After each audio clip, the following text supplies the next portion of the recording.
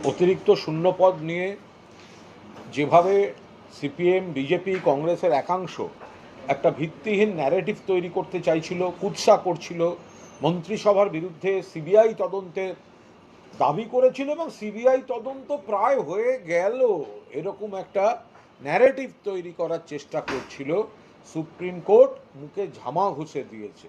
এটা প্রমাণিত হয়েছে যে এই এসএন পোস্ট নিয়ে সিপিএম, বিজেপি, কংগ্রেসের প্রচার সম্পূর্ণ ভিত্তিহীন।